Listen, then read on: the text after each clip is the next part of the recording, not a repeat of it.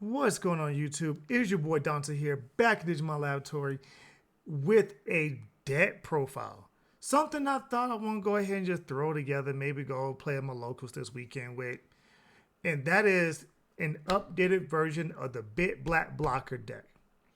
Now, you see a lot of things have changed, but the core of it is still blocking everything and then swinging for game on your turn.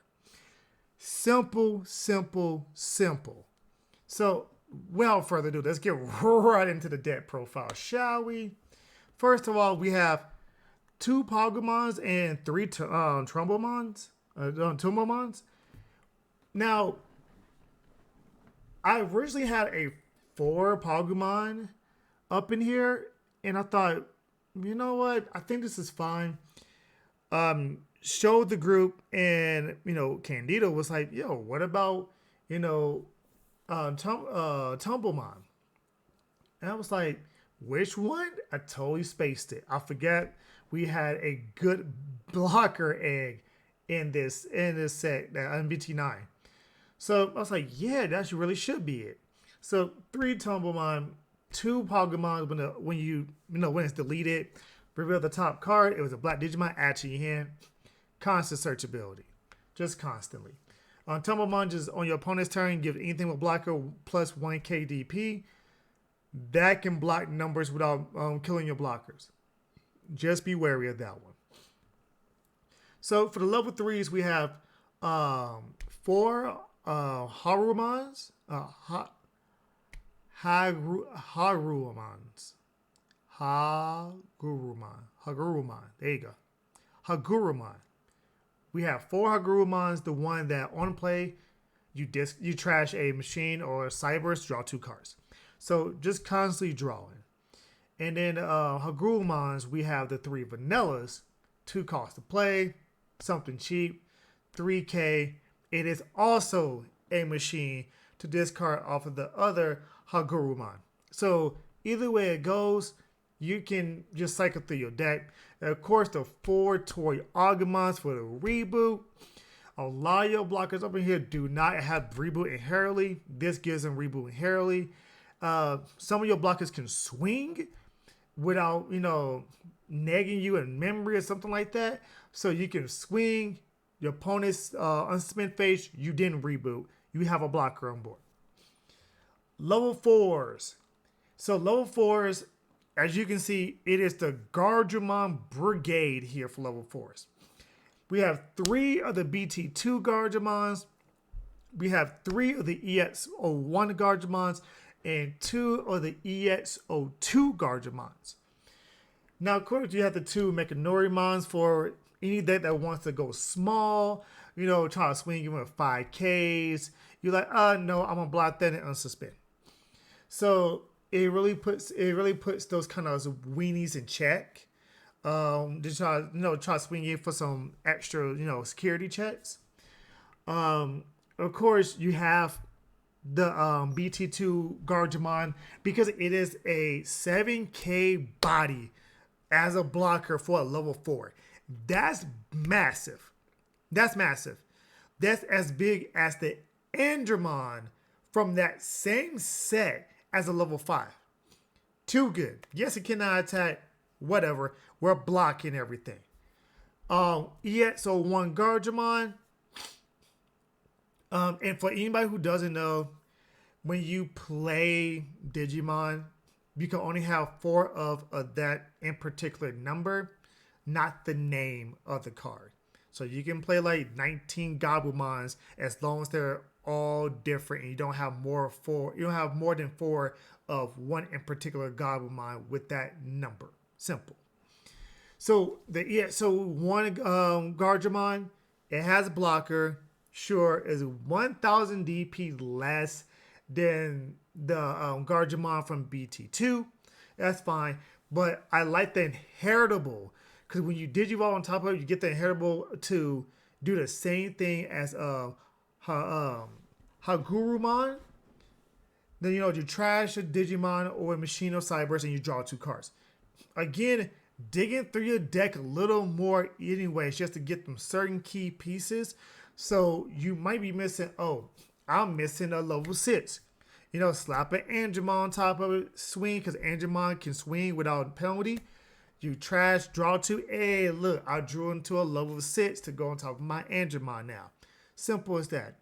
The EXO2 Gargemon, I threw it in here just because in case, I needed something else. Because I was like, should I try all the Gargemons? I was like, let's try all the Gargemons out. And if I ever had to hard play one of these Gargemons, believe it or not, it can happen. At least this Gargemon would be able to get 3k DP into the end of your opponent's turn, so you have a 7k blocker. Just in case your opponent is going to try to swing in, you can block something, potentially live an attack from a level 4. I mean, most level 4s are not bigger than 7k. No, level 5s really hit that 7-8k mark, on average. So you can really block a lot of level 4s and about half of the level 5s. So yeah, like it was something I wanted to play around with. If I don't like it, I definitely will drop the 2 EXO2 ones and just max out on the EXO1 and the BT2 Gargemons. I think those are way better anyways, to be honest with you, but I wanted to play around with this. And Mechanorimon is Mechanorimon. We already know how that operates. Level 5s. So we have 2 of the BT2 Angemons, the one that has blocker. And then we have 4 of the EXO2 Angemon, the one that gives all blockers 2k DP on your opponent's turn. And as a blocker itself, we can just put it up to 8k, puts the other Angemon up to 9k, puts this Gargemon, if it was on play, goes up to 9k on your opponent's turn. This Gargemon goes to 9, this one goes to 8. Mechanorimon goes up to now 8. So just giving your blockers that much more just power really, really helps. And then combine it with a Tumblemon. So you're talking about potentially this Angemon itself could be 9k. This Angemon could be 10k. So now you're talking about 10k blockers. That's going to be blocking a large amount of Digimon 3s, 4s, 5s without major boosts like an Aldomon or something like that. And some really weak level 6s, which is really weird. But yeah, some weak level 6s would just crash into it. But it's all about building up this big old giant board and then being able to just chip away at your opponent while they can't even hit your security. So that's the biggest thing about this deck. Now, for the level 6s, I did split them. And I had a hard time choosing between 1 and 2, so I put all 3 up in here. Ceres Garurumon, Craniumon, and Bahamon. Bahamon. So all 3 of them I put up in here for different scenarios because you're going to come across different situations.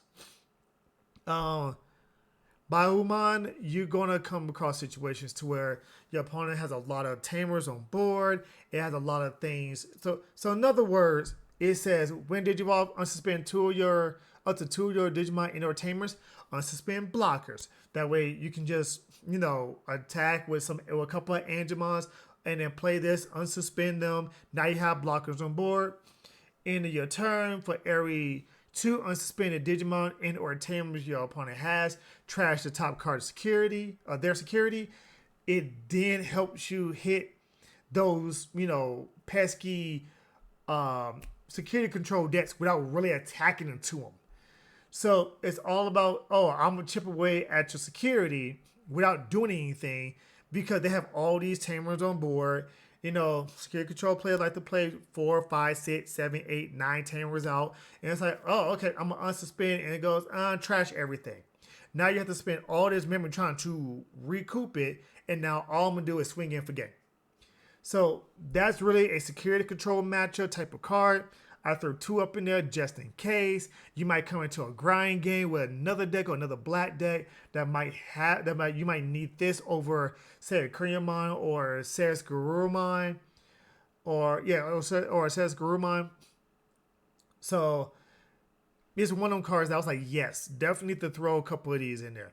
Crayonmon for Crayonmon because with Crayonmons on board, blockers cannot be deleted by your opponent's card effects, which means they can't, just Gaia Force it. They can't pop it. They have to run it over or they have to, spin it. Or DP reduction is also a thing as well because it's deleted by game mechanic. So, yeah. So be wary of that. That's why there's only one Crayonmon up in here. It's for those matches to where they want to be deleting things and you're like, I'm just dropping Crayonmon and now you can't delete anything. So that's why there's one Crayonmon up in here. That's why it's not anymore. Ceres Garurumon, it has inherent reboot. Yes, a lot of things. Yes, there's nothing inheritable that gives it blocker. But there is something, and I'm playing in the deck that does give it blocker. We'll get to that in a second. And then when Digivolving, if your opponent is investing into the board like usual, you can then hit Digimon off the top and most of your Digimon blockers. So you're going to be hitting most of these Digimon that are level 5 and lower, and you're just going to be playing these blockers left and right and left. So it's a turbo enabler. This is for security control matches. This is for, purple heavy deletion type of matchups. So you cover a lot of bases just with these three Digimon. So that's why I put these three Digimon up in here. Now for the option cards, do play 2 Breath of the Gods. Is that good? You give a blocker reboot and it cannot have a DP reduced, nor can be deleted during your opponent's turn. All that good stuff right there. Just throwing in 2 of them just in case. You never know. You might sit there and be like, okay, I will clear your mind. I attack with it, play Breath of the Gods, unsuspended. Now, it cannot be deleted by any ways whatsoever. It can't be deleted by any ways whatsoever or return to the handle deck. So Crayonmon is not leaving. They can't, they can still digivolve it, but given that ability, it falls down a stack with it. So they can't bounce it back. They can't spin it back to the deck. Can't delete it by card effects. Can't DP reduce it. So yes, it makes Crayonmon like this wall to protect all your other blockers. So very, very good. 2 of is fine. 2 of is fine. You don't need more than that. I do play 2 of Blazing Storm of Metal. If you don't know what this card is, it is a 1-cost option card. It says main until the end of your opponent's turn. All of your Digimon with reboot gains 1000 DP and blocker. So if you have Digimon that have reboot, like Ceres Garurumon has reboot, you can then Toy Agumon gets anything reboot. So if you have like some weird line that has Toy Agumon but no other inheritables, and you went up into say Bahumon, and you're like, well, it has reboot. You then activate a Blazing Storm of Metal. You give it blocker 1k DP, and now has reboot. You unsuspend it, and now you have a blocker out of a bit tiger that not supposed to have blocker in the first place, and it's 14k, which means it's gonna block a lot of stuff, a lot of level 6s, and it can block but not survive level 7s. So be wary of that one. That's a nice little combo. And then, of course, security trigger. Your opponent cannot attack players for the rest of the turn. Then add this card to your hand, which means it goes, oh, you're attacking security. You cannot attack my security no more. Go ahead and finish your turn. Now I have this in my hand. I can then set up a big beefy blocker the next turn if I need be. All that kind of stuff. 3 Kongus. Now, if you don't know what this card does, it's a 2-cost option card until the end of your opponent's turn. Your opponent Digimon with a play cost of 7 or less cannot attack players, and cards cannot be added to the security stats by your opponent's effects, which means security control cannot add. They cannot holy way. They cannot self-deletion themselves with Salamon and add security. It says no. And then they came and attack your security stack. So it's like, well, you cannot do anything except for play more Tamers, which they're falling right into the Bit Boy Tiger.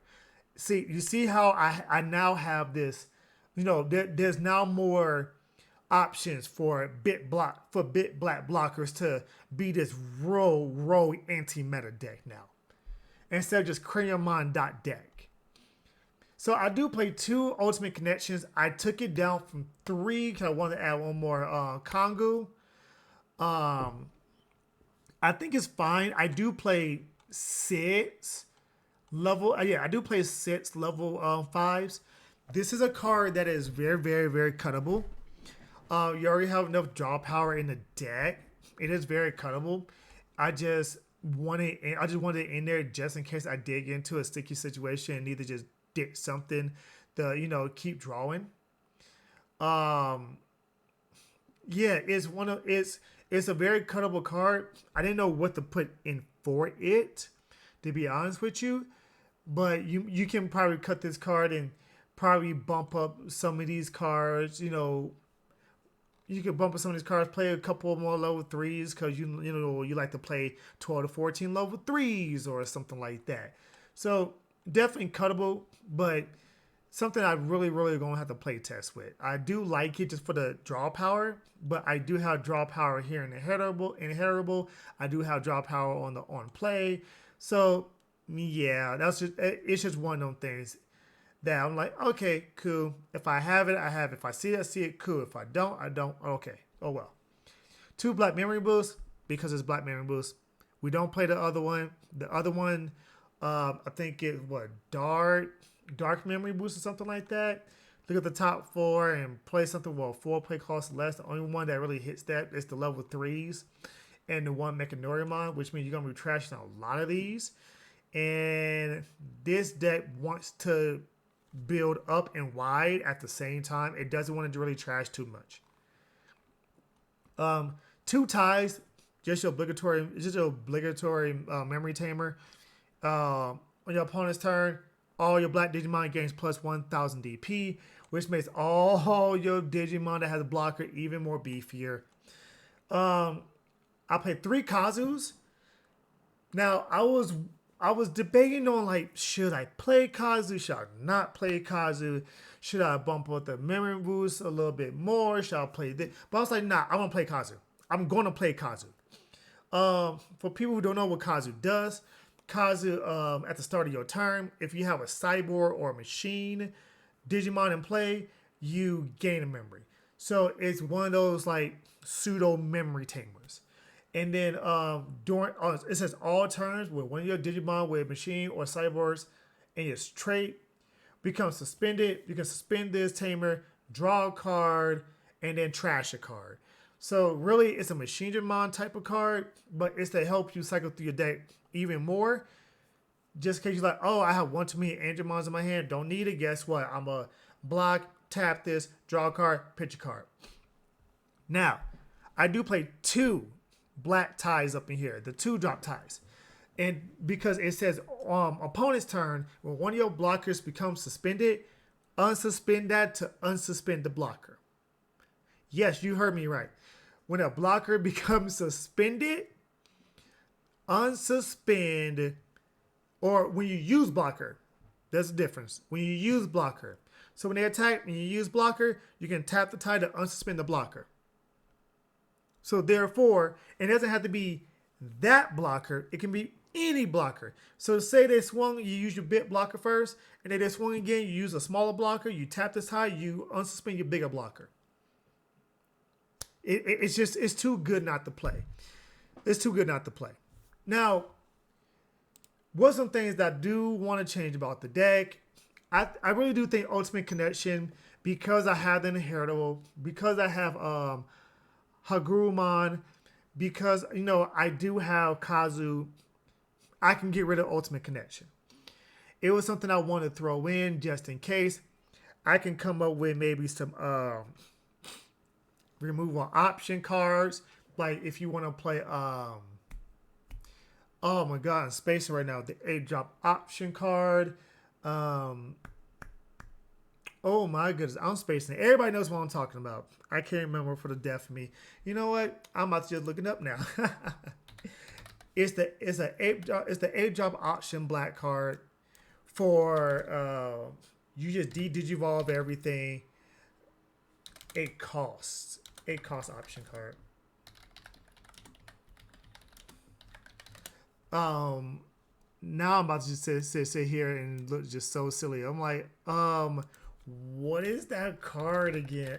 It always escapes me every time I do that. Like every time I'm making a video or talking about it. Ultimate Flare. There you go. You can throw it in for a couple of ultimate flares. You know, you can trigger, digivolve something, delete level 3s, all that good stuff. You can throw in a couple of ultimate flares instead of ultimate connection if you need that. Yeah, so it's one of the things to where I think this is a good. It now has the tools to actually be a good anti-meta deck. So I'm gonna be trying it because you know me, I'm a rogue player. I have all the meta decks fully built to the side, but it's only for testing and learning what the deck's weaknesses are. So as me as a role player going into it, I know what to expect. That's just how it is. Well, without further ado, that's been the video. Um, Let me know in the comment section below, what you think about the deck profile, what you think about the deck in general, how you think it might try to fare in this meta or BT10 meta. We still gonna have more cards coming out left and right. So give me your opinions on this deck profile. With that being said, I'm your boy Dante. This has been yet another Digimon deck profile, and I'll see you in the next video. Peace!